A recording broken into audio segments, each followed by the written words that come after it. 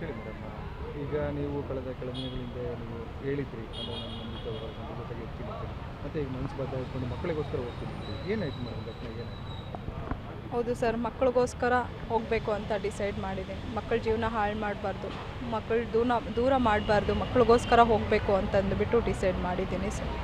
ಮಕ್ಕಳಿಗೋಸ್ಕರ ಮಂಜು ಜೊತೆ ಹೋಗ್ತಾ ಇದ್ದೀನಿ ಸರ್. ನೀವು ಈ ಹಿಂದೆ ಆರೋಪ ಮಾಡಿದ್ರಿ ಮಂಜು ಕಿರುಕುಳ ಕೊಡ್ತಾರೆ, ಅನುಮಾನಿಸ್ತಾರೆ ಬೇರೆ ಬೇರೆ, ಇದು ಯಾವ ಮುಂದಿನ ದಿನಗಳು ಸರಿ ಹೋಗುತ್ತಾ ಏನು? ಸರಿ ಹೋಗುತ್ತೆ ಅಂತ ಅಂದ್ಕೊಂಡಿದ್ದೀನಿ ಸರ್. ನಂಬಿಕೆ ಇಟ್ಟು ಹೋಗ್ತಾ ಇದ್ದೀನಿ. ಆ ನಂಬಿಕೆ ನಾನು ಉಳಿಸ್ಕೊತೀನಿ, ಅವರು ಉಳಿಸ್ಕೊಂಡ್ರೆ ಅಷ್ಟೇ ಸಾಕು ಸರ್ ನನಗೆ.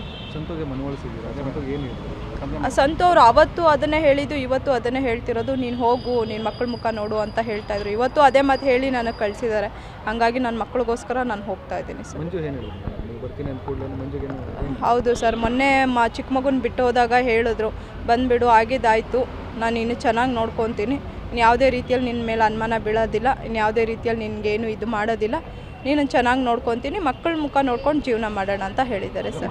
ಇದೇ ಹೌದು ಸರ್, ಮಕ್ಕಳ ಭವಿಷ್ಯಕ್ಕೋಸ್ಕರ. ಹಿಂದೆ ನೀವು ಹೋಗಿದ್ರಿ ರಾಜ್ಯ ಪಂಚಾಯತಿ ದೊಡ್ಡವ್ರು ಮಾಡಿದಾಗ ಹೋಗಿದ್ರಿ, ಅವತ್ತೇನೋ ಮತ್ತೆ ಹೊಡೆದ್ರು ಅಂತೇಳಿ ಪೊಲೀಸ್ ಸ್ಟೇಷನ್ಗೆ ಹೋಗಿದ್ರಿ. ಹೌದು ಸರ್, ಅದೆಲ್ಲ ಆಯಿತು. ಬಟ್ ಇವಾಗ ಮಕ್ಕಳಿಗೋಸ್ಕರ ಹೋಗಬೇಕು ಅಂತ ಡಿಸೈಡ್ ಮಾಡಿ ಏನೋ ಒಂದು ನಂಬಿಕೆ ಇಟ್ಟು ಹೋಗ್ತಾ ಇದ್ದೀನಿ ಸರ್, ಅಷ್ಟೇ. ಎಜುಕೇಷನ್ ಮೇಡಮ್, ಮಕ್ಕಳದ್ದು ಸ್ಕೂಲಿಗೆ ಕಳಿಸ್ತಿರ್ಲಿಲ್ಲ ಅಂತ? ಹೌದು ಸರ್, ಒಂದು ಭಯ ಇತ್ತು, ಎಲ್ಲಿ ಮತ್ತೆ ಅಲ್ಲಿ ಬಂದು ಜಗಳ ಮಾಡ್ತಾರೆ, ಎಲ್ಲಿ ಏನು ಮಾಡ್ತಾರೆ ಅನ್ನೋದೊಂದು ಭಯ ಇತ್ತು. ಅದಕ್ಕೋಸ್ಕರ ಮಕ್ಕಳ ಸ್ಕೂಲಿಗೆ ಕಳಿಸ್ತಾ ಇರಲಿಲ್ಲ ಅಷ್ಟೇ ಸರ್. ಹೌದು ಸರ್, ನಾಳೆಯಿಂದನೇ ಕಳಿಸ್ತೀನಿ ಸರ್. ಖುಷಿ ಇದೆ ನಿಮ್ಮ ಗಂಡ ಮತ್ತು ಹೌದು ಸರ್, ಮಕ್ಕಳಿಗೋಸ್ಕರ ಗಂಡನಿಗೋಸ್ಕರ ಹೋಗ್ತಾ ಇದ್ದೀನಿ ಸರ್. ಚೆನ್ನಾಗಿರ್ತೀವಿ ಸರ್. ಇಷ್ಟು ದಿನಗಳೆಲ್ಲ ನಡೆದಿರೋ ಘಟನೆಗಳು ಎಲ್ಲ ಮರೆತು ಹೊಸ ಜೀವನ ಸ್ಟಾರ್ಟ್ ಮಾಡ್ತೀವಿ ಸರ್. ನನ್ನ ಗಂಡ ನನ್ನ ಮಕ್ಕಳಿಗೋಸ್ಕರ ಹೋಗ್ತಾ ಇದ್ದೀನಿ. ಜೀವನ ಚೆನ್ನಾಗಿ ಮಾಡ್ತೀವಿ ಅಂತ ಅಂದ್ಕೊಂಡಿದ್ದೀನಿ ಸರ್. ಜೀವನ ಮಾಡೇ ಮಾಡ್ತೀವಿ. ನಂಬಿಕೆ ಇದೆ ಸರ್. ಮಕ್ಕಳ ಜೊತೆ ಖುಷಿಯಾಗಿತ್ತು? ಹೌದು ಸರ್.